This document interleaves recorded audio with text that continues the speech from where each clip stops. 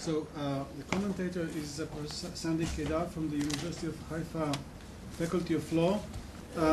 His research focuses on land regime, legal geography, property, legal history, law and society. He's one of the investigators at the project, GIF project titled Out of Place, Ethnic Migration, Nation-State Formation, and Property Regimes in Poland, Czechoslovakia, and Israel. Please. Okay, thank you very much. I really want to thank both of you for the invitation for this very interesting presentation, conference. I have a problem which is that I generally tend to agree with That's okay. the paper, but I will try my best to push some of the issues forward. The paper of Fitzmaurice should be read as a comment on and a gentle criticism of Eyal Benvenishti's Sovereigns as Trustees of Humanity. Fitzmaurice identified three major concepts advanced by Benvenisti to justify and define the concept and scope of sovereign trusteeship: self-determination, human fellowship, and equal moral worth of all individuals, need the efficient use of resources and the necessity of self-preservation, and three, the protection of others' interests. Fitzmaurice offers a rich and erudite history of these ideas in order to warn us from the uses and misuses of these noble ideas. Fitzmaurice demonstrates how each of the above-mentioned noble ideas has been sometimes constructed and often utilized by powerful actors to justify conquest, colonization, and atrocities. For instance, according to Fitzmaurice, in the case of Francisco Vitoria, a clear distinction exists between his arguments for a defense of the rights of non-Europeans and their conceptions as fellow humans, and how these arguments were subsequently transformed and used by European conquerors to justify their appropriation. He shows how the promoters and leaders of the Virginia Company applied Vitoria's and similar argument to justify colonization. A similar point is made in regard to Benvenisti's second justification, need and self-preservation. Again, we see that Vitoria's writings were abused and they justified colonization since indigenous people were constructed, contrary to Vitoria's own understanding, as not utilizing efficiently their land. Throughout the paper, Fitzmaurice demonstrates how often there is a discrepancy between the stated and open text and ulterior motives.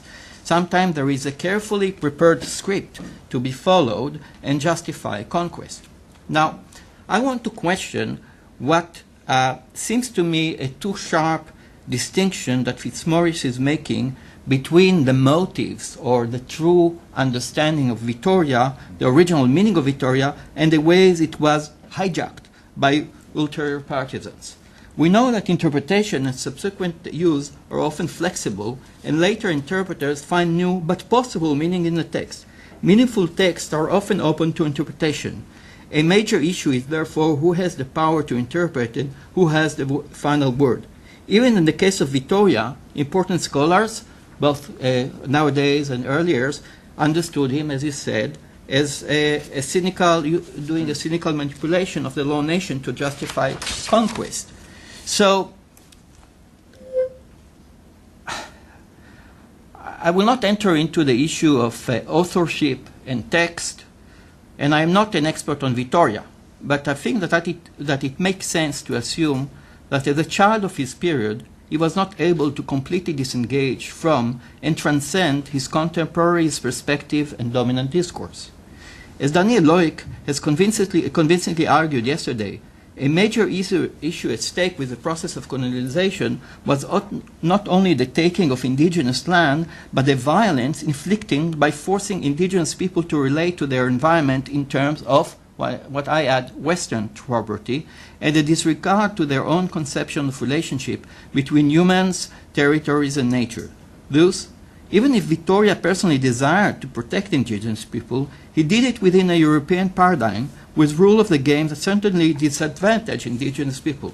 It is not surprising, therefore, that even according to you, to Fitzmaurice, with few minor modification and factual changes or assumptions, his theory could and did serve to justify conquest. indigenous people's world vision were not heard and certainly not incorporated. Finally, Fitzmaurice shows how the obligation to take others' interest into account has served as a major justification of colonization under the guise of paternalistic civilizing missions.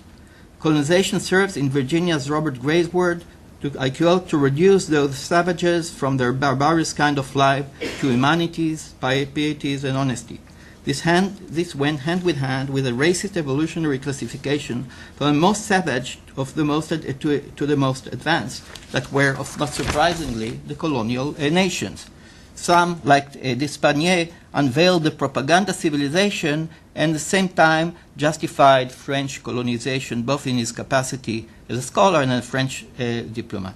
Those, we know the central figures in international law and of property doctrine were children of their epoch.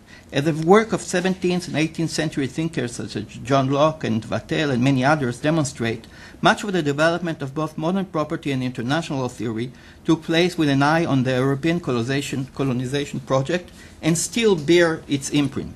Furthermore, often scholars are not immune from ulterior motives. Some, such as John Locke, Despanier, Twist, and others, were deeply implicated in colonial projects when they were developing their ideas. The writing of these scholars have assisted in the colonization project and in its legal legitimation. U.S. Chief Justice John Marshall Johnson versus McIntosh decision is considered to be among the earliest and most influential legal exposition of the discovery or conquest doctrine, which afterwards spread and developed in other colonial jurisdictions. Johnson reveals in an exceptionally candid and ambivalent language how settlers' court defer to the conqueror and simultaneously institutionalize and legitimizes indigenous dispossession. According to Marshall, conquest gives a title which the courts of the conqueror cannot deny, and the claims have been maintained and established by the sword. Can you see? Yeah. I can see. Yeah, okay. No, I'm asking the audience. Oh, right. It is not for the courts of this country to question the validity of this title. And he continues, and we find everything here. The tribes of Indian inhabiting this country were fierce and savages, whose occupation was war and whose subsistence was drawn chiefly from the forest. To leave them in possession to their country was to leave the country in wilderness. To govern them as the distinct people was impossible because they were ready to repel by arms every attempt on their independence. And I will not go on, but I want to move now to say a few things about the relationship between knowledge and power. As we know, these two are often embedded and imbricated with each other, and the variegated links between power, knowledge, and dispossession have of course been subject of much analysis. Scholars such as Antonio Gramsci, Michel Foucault, and Arundhati Roy analyzed the power, economic, and political systems that strengthen the tendency of intellectuals to support hegemonic discourses, often on behalf of the state or social elites, while at the same time representing themselves as independent and objective expert. This facilitates the process of exploitation and dispossession to continue unabated and unchallenged. I'm not an international law scholar, although I'm making my first step into it because I research indigenous people or Bedouin, and I have not researched sufficiently the history of international law and how its inception during the age of colonization has formed its structure and paradigm. However, I have recently looked at the history of a close relative, comparative law. And what I discovered in comparative law is that although the discipline of comparative law existed at least in the period of ancient Greece, the beginning of modern comparative law, which can be traced to the work of French legal and social thinkers from the 16th century on, but during the 19th century and 20th century, academic comparative law developed primarily in France, Great Britain, Germany, and later in the United States, and set an optimistic and Eurocentric goal aiming to uncover the common legal core of advanced nations and to contribute thereby to world unity. The inspection of this academic law during the age of colonialism, social Darwinism, classificatory scientific models, legal formalism, and dogmas of progress had much to do with the discipline trajectory. Comparatists classify a national system, and the apex of this classification usually finds a particular European family, such as civil or common law, and this served as bringing the law to the colonies was a justification as part of the civilizing nation. And critical comparatives have challenged the disciplined conservatives, its lack of solid critical agenda, and the epistemological racism of the dominant outlook, which remains Eurocentric. They note that the core of modern law is still neocolonial, whereas comparative law complies with the politics of organized amnesia of law as a form of conquest.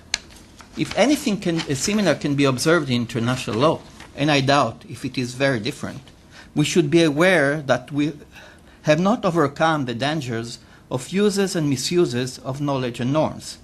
I doubt if we will ever be able to do so. Being aware of these risks can, however, help minimizing the dangers of transforming good intentions into additional tools of injustice and neocolonialism. So, to be more practical, may I suggest that effort should be made that when discussing the concept of trusteeship for humanity from the onset, the debate will include not only scholars from Euro-American nations and academic institutions, as we are here, but also from the global south, and that non-Western voices and perspectives should be heard on an equal footing, because I think that participants are defining to a large degree the debate. To conclude, Fitzmaurice asked towards the end of the paper whether the values concerning our common humanity, needs and sovereignty obligation to others have a resilience which could make them useful tools to be used to advance other ends, or whether their imperial context have tainted them. I think, actually, that the answer to both of your questions is positive. Undoubtedly, these values and norms bear the imprints of their development in the context of colonizations. These tools are certainly tilted toward the powerful and can be easily used for new forms of colonization and as instruments of power. The stated aim of bringing democracy, the rule of law, and human rights to Iraq and Afghanistan, for instance, was undoubtedly motivated and promoted not only by noble aspiration, but also the pecuniary interest of American corporation and their associated politician, Dick Cheney, for example. So far, it had led to bloodshed and many human rights breach. So this is one part. On the other hand, hegemony is never complete, and colonial doctrines are often marked by contradictions and contestations, as we have seen, for example, in the quotation from Johnson versus McIntosh. The justification that were used to dispossess can also serve non-colonial and anti-colonial ends. In certain contexts, justification used as legitimizing tools can become powerful liberating tools. The Berlin Africa Conference statement on indigenous rights served as important tropes in the emergence of indigenous right discourse, as Evan has shown earlier today in the development of new discourse which is based on such ideas. So to conclude, I think that the major question is, yes, these are tools, and these tools are tilted, and the answer has to go beyond the history of ideas, and we have to look at the connection between social movements and ideas. In a debate about on American law and the thesis of Gerald Rosenberg on the hollow hope, whether the Supreme Court and law is a hollow hope, there is an answer by law and society scholars that said law is not a hollow hope, but it can work only or effectively if there is a social movement that use these tools and strengthen them. And therefore, I think that these two ideas and institutions and mobilization should be put together. Thank you very much.